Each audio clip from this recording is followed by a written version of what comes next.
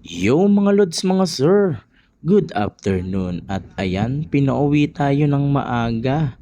Sa trabaho kasi nandito na ang bagyong Christine, kaya ayan, nagmadali akong lumabas at pumadyak pauwi. At kita nyo naman, no, may ulan na at medyo basa na din tayo mga lods, mga sir, kaya pinilisan ko na ang pagpadyak hanggang sa makarating ako dyan sa may gate ng industrial park ng pinagtatrabahuhan ko. At heto na nga, palabas na tayo at ayan na ang gate.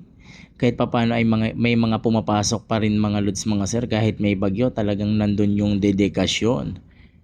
Kaso yung dilubyo na madadatnan ko mga lods paglabas dyan ay ayan na nga, oh, kitang kita nyo naman.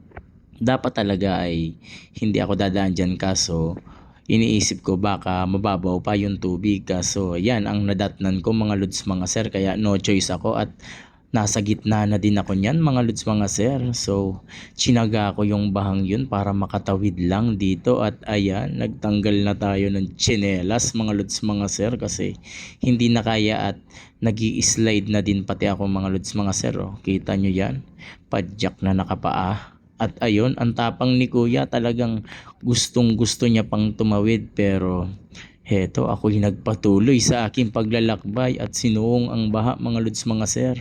Ang sakit na ng paa ko dyan kasi quality naman talaga yung baha na dulot ng bagyo mga lods. Pero tingnan nyo yung mga dinadaanan kong mga bahay, talagang sa pinto nila mismo dumadaan yung yung baha, kasi sa likod nila ay nandun yung Agusan papuntang dam at punong-puno na talaga yun mga sir, at umaapaw na mga lods.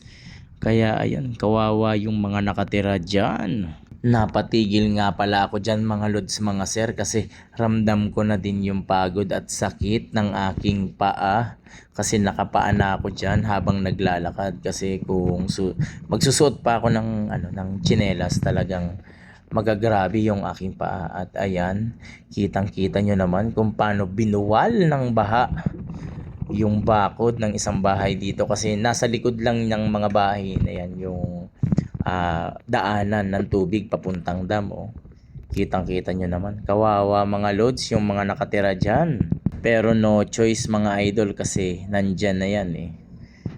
Kaya no choice din ako, talagang maglalakad ako dyan mga lods, mga sir, kahit grabe na yung baha. Tapos yung nilalakaran mo pa ay may mga humahampas na yung kahoy sa ilalim, no, dyan sa ilalim ng baha, at sumasabit dun sa rayos ng aking gulong. At kala ko ay ganyan nakababaw yung mas malalim pala dito sa unahan mga lods. Ayan, oh, nagmukhang ilog yung daanan.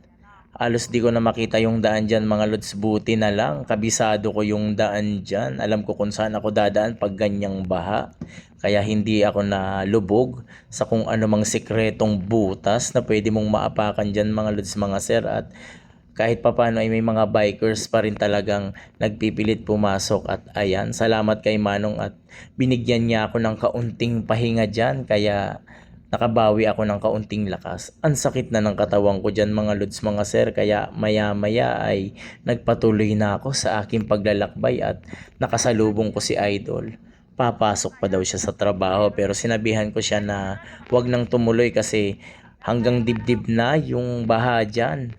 Kasi yung mga unang dumaan dyan mga lods, mga sir, yung mga taga dyan, sinabihan na ako na wag na akong tumuloy dun sa pag-uwi, kasi talagang bahang-baha na mga lods, mga sir.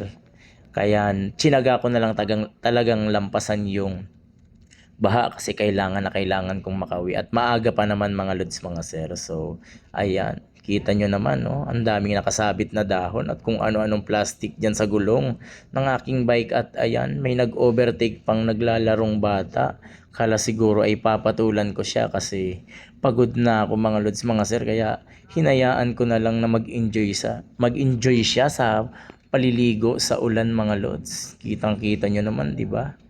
Yapak na yapak mga lodi. At hindi na ako sanay na nakaganyan, kasi masakit na talaga sa paa. Kaya minabuti kong lumakad na lang hanggang sa makarating dun sa may dulo, mga idol. Oh. Kita nyo yan? May mga nakakasalubong pa tayong mga lodi na talagang pumipilit dumaan dyan. At maya-maya ay pumadyak na ako kasi pagod na ako kakatulak sa baha, mga lods. At sa part na yan ay okay na din naman yung daan, walang baha at nag-i-enjoy pa nga yung mga tao dyan, no, sa paliligo. Akala nila dun sa unahan ay walang baha pero ang di nila alam ay nagsisilikas na yung mga nandun sa unahan. Kaya tsinaga-tsaga ko na lang ng padyakan at ayan, nagkalat na ang mga nilalang sa daan, mga lods, mga sir. Nag-i-enjoy silang mga maligo pero alam nila na delikado na talaga yung lugar dun sa unahan kasi sobrang taas na talaga ng baha at wala nang nakakadaan na mga sasakyan, mga lods. Bali yung iba dyan ay nagsisilikas na din at dito sa part na to ay wala na ding baha. Medyo mataas na dito sa part na to. Papuntang Makabling na yan, mga lods, mga sir. At ayan, pagdaan ko sa tulay ng Makabling, bumungad sa akin ang nagwawalang baha. Ayan, oh. Konti na lang, aapaw na siya dyan sa may dam, mga lods, mga sir. Oh. At sinasabihan ko na din yung ibang mga motorista dyan na wag nang dumiretso kasi talagang babalik at babalik lang din sila kahit hindi sila iniwan, mga lodi. After nyan ay dumiretso na ako sa bahay at namili na din ako ng mga pwede naming kainin ng aking kasama kasi wala na akong balak na lumabas pa sa bahay, mga lodi. Oh.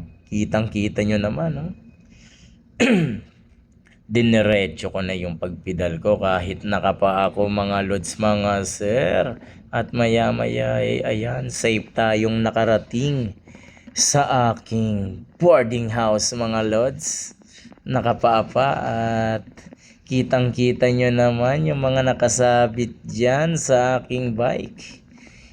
Ang dami kong dala pero hindi yan pasalubong, mga lods, mga sir, kundi mga basura. Ayan, dahon, halo-halo na yan, mga lods, mga sir, kaso hindi mo pwedeng kainin yan gaya ng halo-halo na paborito mo. At ayan na, mga lods, mga sir, pinagtatanggal ko talaga yan kasi ipit na ipit, ang hirap padyakan, mga lodi. Para kang nasa ahon kahit wala naman. Pero mas mahirap padyakan talaga pag nasa baha kasi halos tinutulak ka din ng tubig pa atras. Wala kang laban talaga doon, mga lods, mga sir, kaya ang kailangan mo lang gawin ay bumaba at magtulak. Di gaya sa ahon na pwede mong ahonin pero yon madidisgrasya tayo, mga lods, mga sir. Oh. Kitang kita nyo naman, sugat-sugat na ang ating paa dyan pero kailangan makauwi at punit pa ang ating pantalon. Nakapote, mga lods, mga sir. So ayan, magpapatuyo na tayo kasi ang hirap ng ating nilakbay. Talagang sinuong natin ang baha, makauwi lang ng ligtas. At dun sa mga magbabiyahe, ingat na lang po, mga lods, kasi talagang grabe tong ulan na to, no? Hindi siya ganun kalakas pero yung buhos ng tubig ang grabe. Ayan, no? Kita nyo naman yung pako. May mga tusok-tusok ng maliliit na bato. Namumula-mula, mga lodi. Kaya ayan, pahinga na tayo. So ride safe sa lahat ng mga nagra-rides ngayon. Ingat!